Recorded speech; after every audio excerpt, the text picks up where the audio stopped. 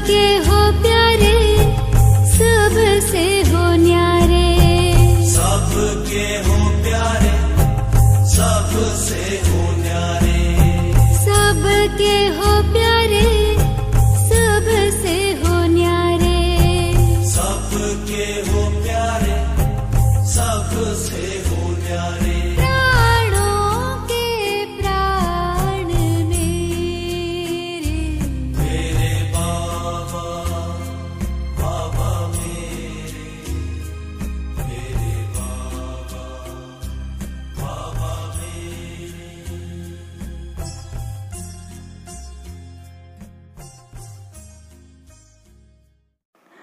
Om Shanti. Good morning. 15 अक्टूबर 2022 प्रातः मुरली। विश्व कल्याणकारी प्यार का सागर, बेहद का बाबा भोलेनाथ। मीठे बाबा बोले, मीठे बच्चे, सवेरे सवेरे उठ याद में बैठने का अभ्यास डालो। भोजन पर भी एक दो को बाप की याद दिलाओ। याद करते करते तुम पास विथ अनर हो जाएंगे। आज का प्रश्न, किस एक कमी के कारण बच्चों की रिपोर्ट बाप के पास आती है? उत्तर, कई बच्चे अभी तक प्रेम स्वरूप नहीं बने हैं। मुख से दुख देने वाले बोल बोलते रहते हैं, इसलिए बाप के पास रिपोर्ट आती है। बच्चों को बहुत प्रेम से चलना है। अगर स्वयं में ही कोई अवगुण रूपी भूत होगा, दूसरों का कैसे निकलेगा? इसीलिए देवताओं जैसा प्रेम स्वरूप बनना है, भूत निकाल देना है। आज का गीत, आखिर वो दिन आया आज। ओम शांति।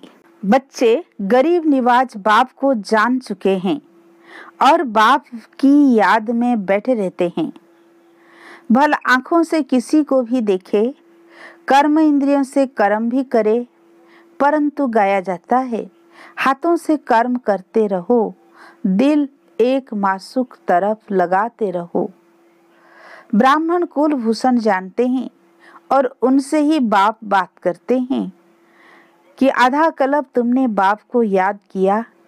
ड्रामा अनुसार अब तुमको बाप की स्मृति आई है कि सृष्टि चक्र कैसे फिरता है।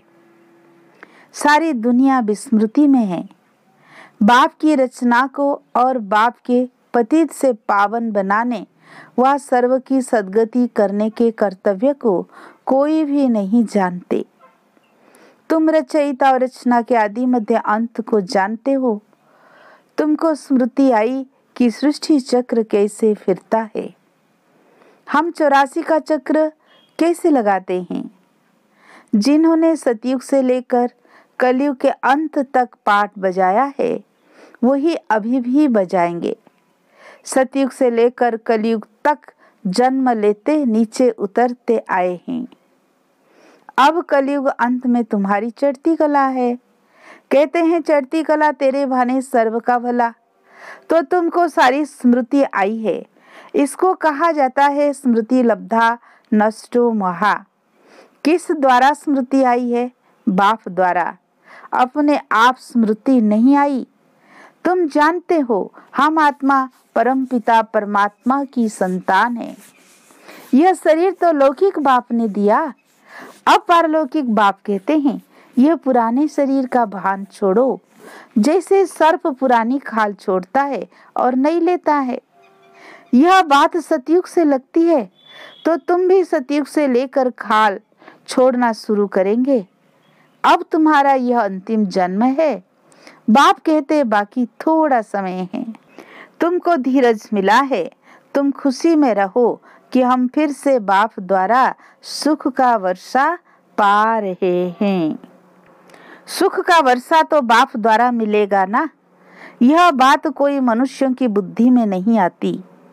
वो लक्ष्मी नारायण के मंदिर में जाएंगे तो उनकी बुद्धि में यह नहीं आएगा कि यह कौन है। यह तो भक्ति मार्ग में हाथ जोड़कर कहते रहते हैं तुम मात पिता। शिव बाबा तो सबसे बड़ा ठहरा। शिव बाबा बागवान भी है, क्योंकि नए दैवी बगीचे का कलम लगाते हैं। तो खुद माली भी है और हाथ पकड़कर साथ ले जाते हैं। तो बाबा माली, बागवान और खिवैया कैसे हैं, यह सब तुम बच्चे ही जानते हो। यह सब अनेक नाम है। उनको लिबरेटर भी कहते हैं। याद भी उनको करना है। बाबा कहते हैं, यहाँ आते हो तो शिव बाबा को याद करके आओ। हमने तो शिव बाबा को अपना बनाया है।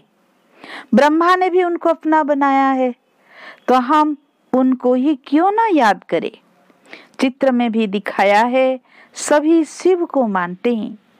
बाबा आत्माओं से बात करते हैं। आत्मा न कहा, जीव आत्मा कहेंगे, क्योंकि जब आत्मा अकेली है तो बोल नहीं सकती। शरीर बिगड़ आत्मा, आत्मा से बात नहीं करती। परम धाम में क्या परमात्मा आत्मा से बात करेंगे? भल कह देते क्राइस्ट को परमात्मा ने भेजा, परंतु वहां परमात्मा बोलता नहीं है। वहां इशारा भी नहीं होता। ड्रामा अनुसार आत्मा पे ही पाठ बजाने नीचे आ जाती है। आत्मा में पाठ भरा हुआ है, तो आत्मा नीचे आकर शरीर धारण कर पाठ बजाती है। शरीर का नाम तो सबका अलग है, आत्मा का नाम तो आत्मा ही है। हम आत्मा एक शरीर छोड़ दूसरा लेकर पाठ बजाते हैं। अब हमको स्मृति आई है और कोई की याद नहीं होनी चाहिए, क्योंकि पुरानी दुनिया में पुराना पाठ, पुराना शरीर छोड़ नई दुनिया में जाना है। वहाँ नया शरीर हमको मिलना है। तो इससे मतलब निकलता है कि अभी 5 विकारों को छोड़ना है। तो कितनी मुश्किलात होती है। देखो, बच्चे लिखते हैं, काम क्रोध का तूफान आता है। तो बाबा कहते हैं, बच्चे दे दान तो छुटे ग्रहण। इस समय आत्मा पर ग्रहण लगा हुआ है। पहले तुम 16 कला संपूर्ण थे, अब 9 कला है। जैसे चंद्रमा की भी पूर्णमासी के बाद धीरे धीरे कला कम होती जाती है, अंत में जरा सी लकीर रह जाती है। तुम्हारी भी अभी वही अवस्था है। बाबा कहते हैं, दे दान तो छुटे ग्रहण।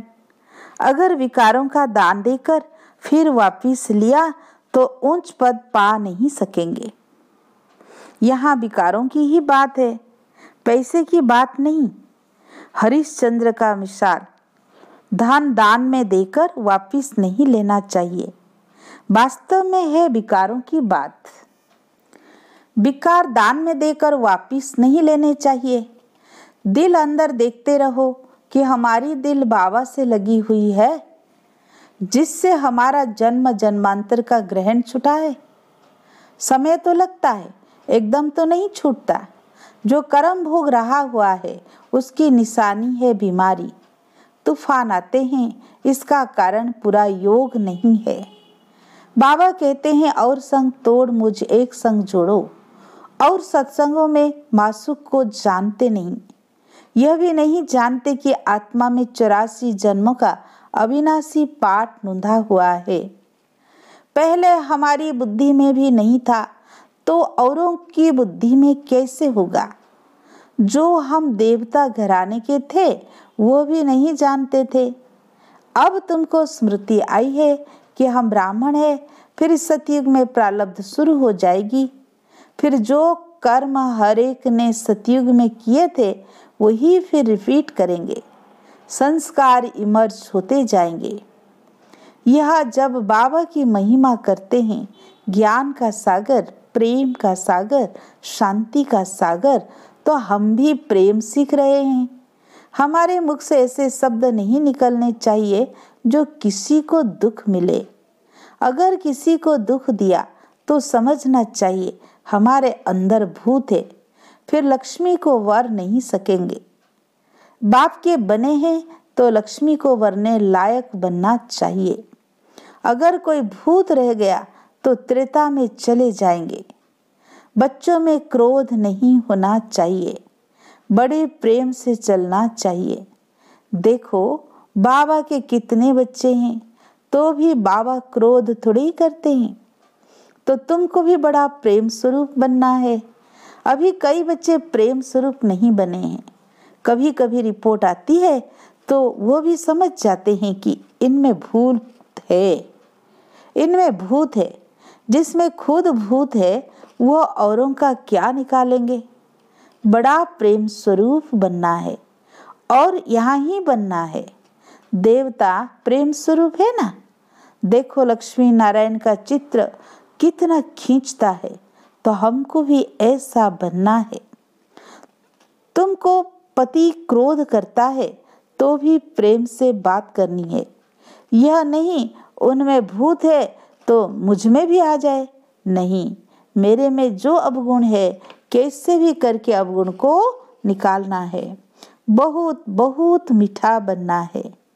किसी ने कहा लौकिक बाप गुस्सा करता है, तो मैंने कहा कि जब वो क्रोध करता है तो तुम अच्छे अच्छे फूल चढ़ाओ तो वह वंडर खाए, फिर वो ठंडा हो जाएगा।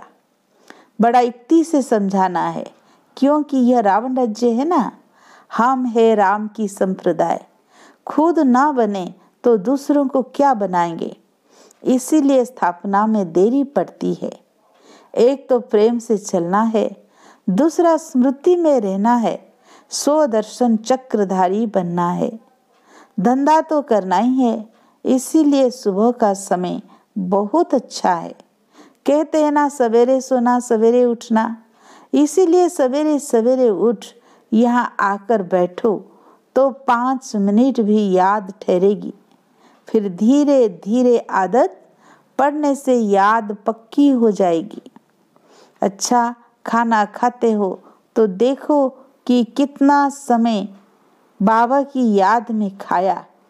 अगर सारा समय याद किया तो वो भी बड़ी बहादुरी है। भोजन पर 1-2 को इशारा देना है कि एक बाप को याद करो, एक एक गिट्टी पर याद दिलाओ। हमारा है ही सहज योग। अभी बुद्धि में ज्ञान आया है। परम पिता परमात्मा को सर्वशक्तिमान कहते हैं, तो उनमें भला क्या शक्ति है। यह नहीं कि बम्स बनाने की शक्ति है, नहीं, उनको याद करने से विकर्म विनाश हो जाते हैं। यह शक्ति है ना। देखो है कितना भोला और शक्ति कितनी है। यथार्थ रीति याद करने में मेहनत है ना, तो मेहनत करनी चाहिए। सुबह का समय अच्छा होता है। भक्ति में भी सवेरे सवेरे उठते हैं। ज्ञान में भी सवेरे का समय बहुत अच्छा है। बाबा कहते हैं मैं कल्प में एक ही बार आता हूँ तुमको साथ ले जाने के लिए, तो बिल्कुल खुशी खुशी से जाना है, दुख धाम से निकलना है। ऐसी स्मृति होगी तो डरेंगे नहीं। कितने भी परीक्षाएं आए तो भी स्मृति पक्की रहनी चाहिए। ऐसी अवस्था जमानी है। अब तुम बच्चों को हम सो हम का अर्थ भी समझाया है। हम तो परमात्मा नहीं, लेकिन परमात्मा का बच्चा हूँ। यह हो गया हम सो के चक्र का दर्शन। इस याद से ही तुम्हारी खाद निकलेगी। खाद निकालने का समय है अमृत बेला। तो पास विद अनर बनने के लिए कृष्णपुरी का मालिक बनाने वाले बाप को याद करना है। अच्छा, मीठे मीठे सिकिलधे बच्चों प्रति माता पिता बाप दादा का याद प्यार और गुड मॉर्निंग। रूहानी बाप की रूहानी बच्चों को नमस्ते। हम रूहानी बच्चों की रूहानी बाप दादा को याद प्यार गुड मॉर्निंग नमस्ते नमस्ते। शुक्रिया बाबा, शुक्रिया शुक्रिया। धारणा के लिए मुख्य सार। पहला पॉइंट, धंधा आदि करते भी स्वदर्शन चक्रधारी बनकर रहना है। 1-2 को बाप की याद दिलानी है। कितने भी परीक्षाएं आ जाए तो भी स्मृति में जरूर रहना है। सेकंड पॉइंट, विकारों का दान देकर फिर कभी वापस नहीं लेना। किसी को भी दुख नहीं देना है, क्रोध नहीं करना है, अंदर जो भूत है उन्हें निकाल देना है। आज का वरदान, मालिकपन की स्मृति द्वारा परवश स्थिति को समाप्त करने वाले सदा समर्थ भव। जो सदा मालिकपन की स्मृति में स्थित रहते हैं उनके संकल्प अड़र प्रमाण चलते हैं। मन मालिक को परवश नहीं बना सकता। ब्राह्मण आत्मा कभी अपने कमजोर स्वभाव संस्कार के वश नहीं हो सकती। जब स्वभाव शब्द सामने आए तो स्वभाव अर्थात स्व प्रति व सर्व के प्रति आत्मिक भाव, इस श्रेष्ठ अर्थ में टिक जाओ। और जब संस्कार शब्द याद आए तो अपने अनादि और आदि संस्कारों को स्मृति में लाओ तो समर्थ बन जाएंगे, परवश स्थिति समाप्त हो जाएगी। आज का स्लोगन, वरदानों की शक्ति जमा कर लो तो परिस्थिति रूपी आग भी पानी बन जाएगी। वरदानों की शक्ति जमा कर लो तो परिस्थिति रूपी आग भी पानी बन जाएगी। मातेश्वरी जी के अनमोल महावाक्य। पहला पॉइंट, बदनसीब और खुश नसीब। अब यह दो शब्दों का मदार किस पर चलता है यह तो हम जानते हैं। खुश नसीब बनाने वाला परमात्मा और बदनसीब बनाने वाला खुद ही मनुष्य है। जब मनुष्य सर्वदा सुखी हैं तो उन्हों की अच्छी किस्मत कहते हैं, और जब मनुष्य अपने को दुखी समझते हैं तो वे अपने को बदनसीब समझते हैं। हम ऐसे नहीं कहेंगे कि बदनसीब व खुश नसीब कोई परमात्मा द्वारा मिलती है, नहीं, यह समझना बड़ी मूर्खता है। परमात्मा तो हमें खुश नसीब बनाता है, परंतु तकदीर को बिगाड़ना व बनाना यह सब अपने कर्मों के ऊपर ही मदार है। यह सब मनुष्यों के संस्कारों के ऊपर ही है। फिर जैसे पाप और पुण्य का संस्कार भरता है वैसे तकदीर बनती है, परंतु मनुष्य इस राज न जानने के कारण परमात्मा के ऊपर दोष रखते हैं।